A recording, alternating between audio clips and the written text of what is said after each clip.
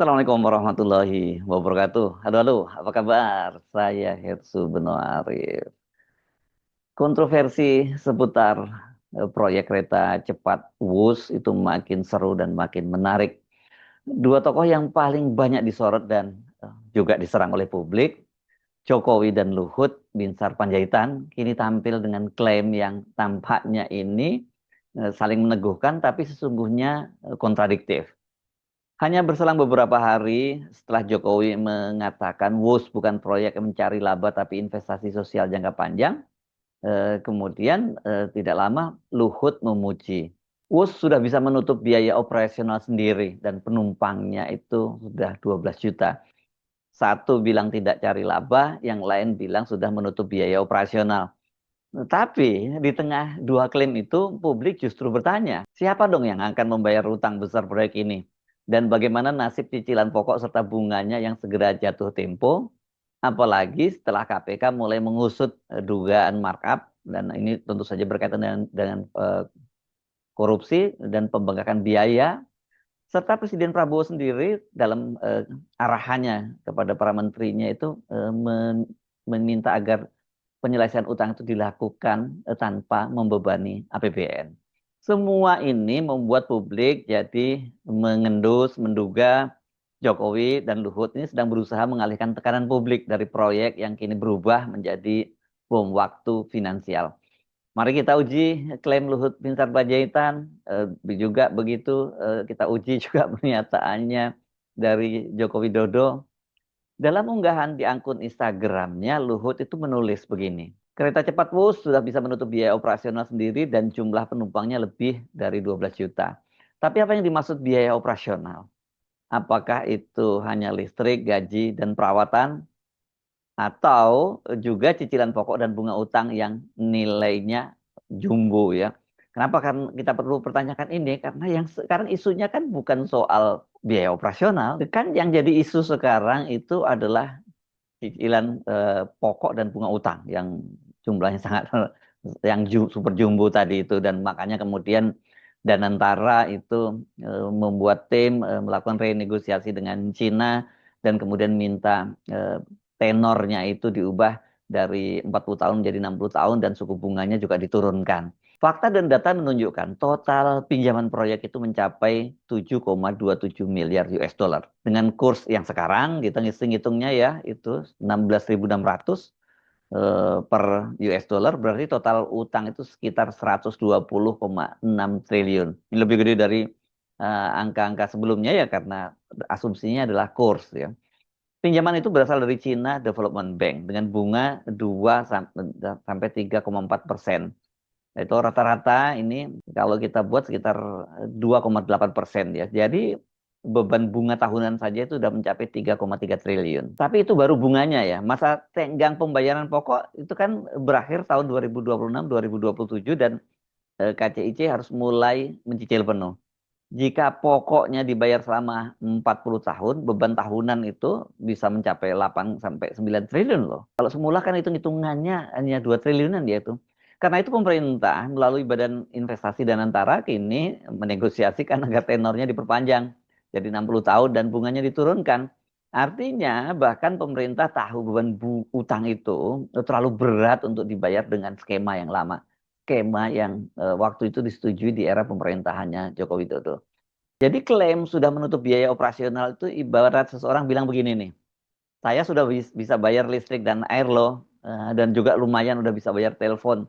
Nah, tapi cicilan rumahnya yang jadi yang paling penting itu yang paling besar juga belum dibayar. Listrik tertutup, air tertutup, telepon tertutup, tapi cicilan pokok untuk bayar bunga itu nggak terbayar. Dan kalau dalam kasusnya WUS ini listrik dibayar, karyawan juga sudah dibayar dan sebagainya.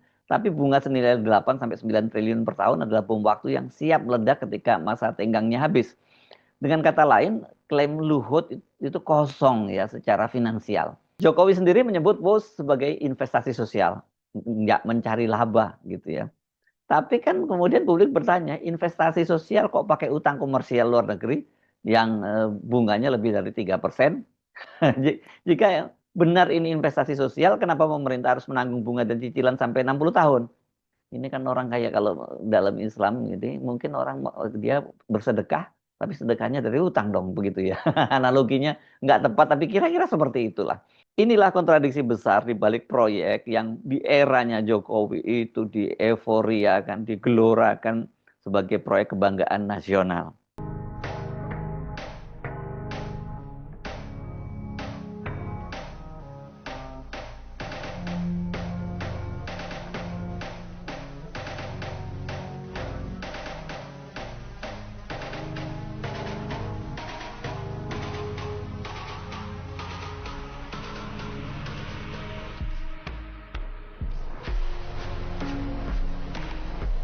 Saya 4 kali datang ke proyeknya kereta cepat, tapi memang baru pertama kali tadi mencoba.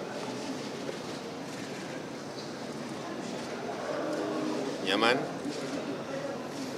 dan pada kecepatan tadi 350, tidak terasa sama sekali, baik saat duduk maupun saat saya berjalan, sehingga ya inilah peradaban. Mari kita lihat ke belakang. Jokowi adalah pengambil keputusan politik utama proyek kereta cepat Jakarta-Bandung. Keputusan diambil di Istana tahun 2015 tanpa jaminan APBN, diserahkan ke konsorsium BUMN Indonesia-Cina.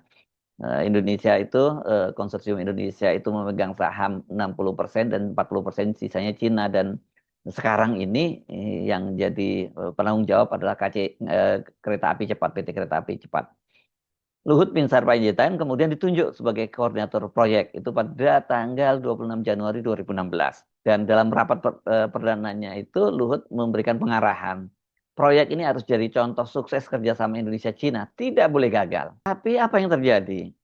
Proyek ini justru membengkak ya biayanya dari semula 5,5 miliar US dollar kemudian naik menjadi 6 miliar US dollar dan yang terakhir itu terjadi 7,27 miliar US dollar. Kemudian alasannya adalah cost of run bertambah dan itu ada tambahan kenaikan itu sampai 28 triliun.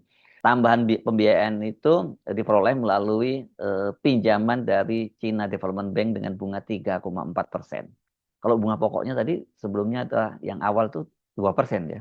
Ketika proyek mulai dikritik, Luhut yang kini menjabat Ketua Dewan Energi Nasional menyampaikan pidato yang waktu itu cukup mengagetkan dan banyak orang melihat, wah ini Pak Luhut ini sudah mulai buang badan ini.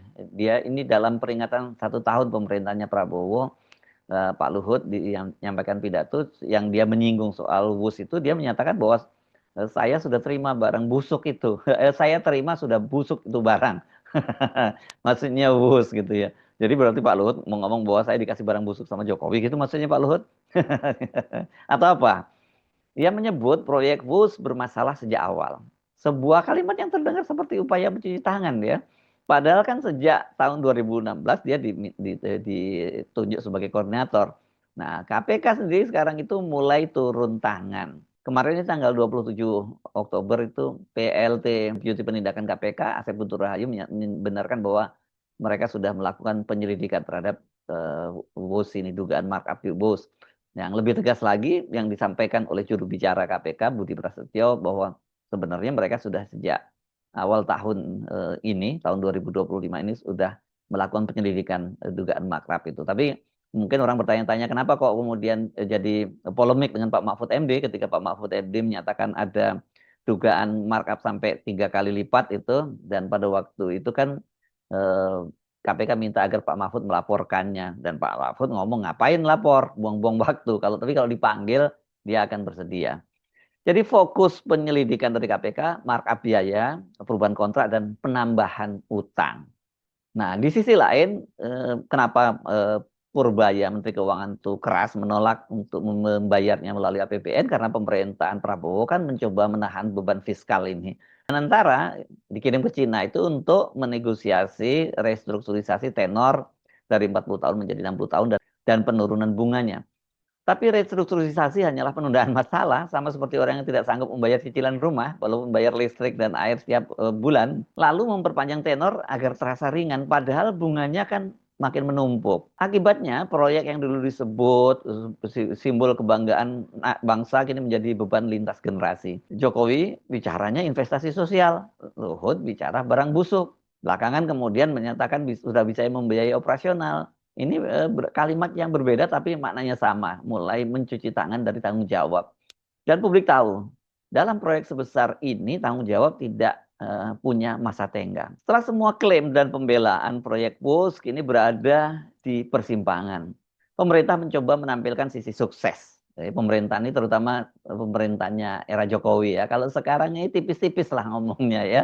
Karena kalau mereka juga akan mengklaim sukses seperti eranya Jokowi, nanti mereka akan diminta tanggung jawab. Tapi kalau mereka menyatakan langsung mendowngrade proyek ini, mereka juga kita tahu lah hubungannya antara Pak Prabowo dengan Pak Jokowi pasti ada rikuh lah gitu kalau bahasa Jawanya ya kikuk lah. Pak Prabowo tidak mau menyampaikan itu. Tapi saya kira yang paling penting diperhatikan oleh pemerintahnya Prabowo adalah publik itu melihat dari sisi utang dan risiko serta siapa yang harus bertanggung jawab. Ini bukan lagi sekedar proyek transportasi, ini melakukan ujian kejujuran dan akuntabilitas. Proyek sebesar ini sampai 120 triliun sekarang dengan kurs yang sekarang itu bukan hanya soal ekonomi tapi juga moral governance. Bagaimana mungkin investasi sosial seperti yang disebut oleh Jokowi tadi dibiayai dengan utang komersial luar negeri.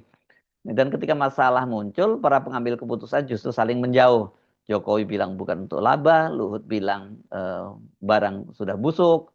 Dua-duanya ini berlindung di balik kata-kata, padahal publik menunggu tindakan dan tanggung jawab. Kini bola panas itu berada di tangan Presiden Prabowo Subianto. Makanya kemudian arahannya ya untuk dicarikan solusinya. Tidak menyebut langsung tidak menggunakan APBN, tapi pokoknya carikan solusinya gitu ya. Tentu dimaksudkan sebaiknya di luar APBN karena Pak Prabowo pasti akan tambah pusing kepala lagi kalau itu harus membayarnya dengan APBN. Sekarang aja udah susah payah Pak Prabowo ngatur APBN untuk berbagai proyek-proyeknya Pak Prabowo sendiri, antara lain makan bergizi gratis. Tapi saya kira siapapun yang berkuasa, apakah yang sekarang atau nanti, beban finansial dan moral bos itu tetap menempel pada nama-nama yang merancangnya. Karena dalam pemerintahan, utang bisa direstrukturisasi, tapi tanggung jawab tidak bisa diperpanjang. Jadi ketika Luhut bilang WUS sudah menutup biaya operasional, publik tentu berhak bertanya, apakah yang ditutup itu biaya atau tanggung jawab? Sejarah akan mencatat, bukan siapa yang membangun paling cepat, tapi siapa yang paling jujur mengakui kesalahannya.